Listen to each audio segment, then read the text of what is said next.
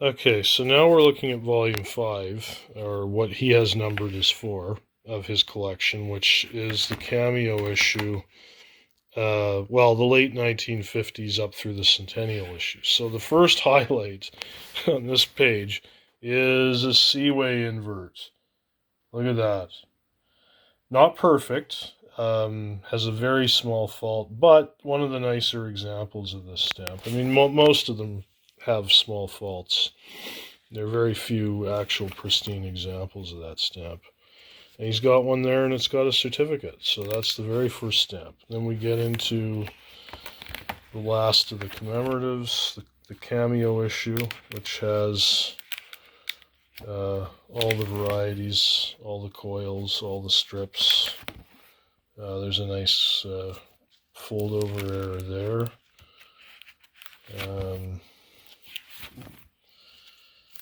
Pre-canceled blocks, cello packs, and all the commemoratives from the time period. He's got a few plate blocks in here, but again, he doesn't go crazy. He just has a few representative ones. And he gets into the centennials here.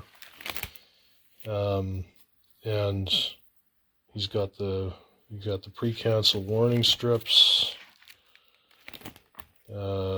He's got notes detailing everything in the collection. He's got his basic set at the front, where he does just the basic stamps, and then he goes into all the different varieties and everything that's listed in Unitrade.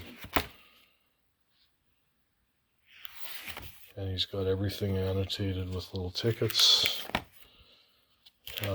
The only thing, he's got most everything in here. The only thing I see that's missing is 459 BPII, which is the high-rate tag. But he's got everything else. He's got a nice imperforate strip of the coil there. He's got this color anomaly here, which he bought from our auction just a few months back. And then there's some nice errors in the 6 cent there. And he gets into the booklets and the test coils. He's got some nice perfins of province of Saskatchewan. These are all mint. Some plate blocks.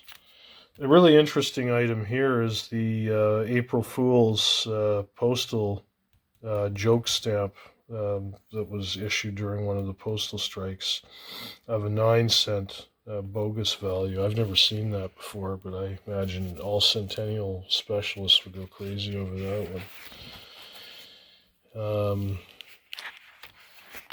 And some booklets. Again, the high-rate booklet isn't here of the 6 cent, but it looks to me like he's got all the others.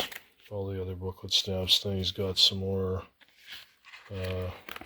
identified booklet stamps here as singles, and then some plate blocks. So that's the end of that volume.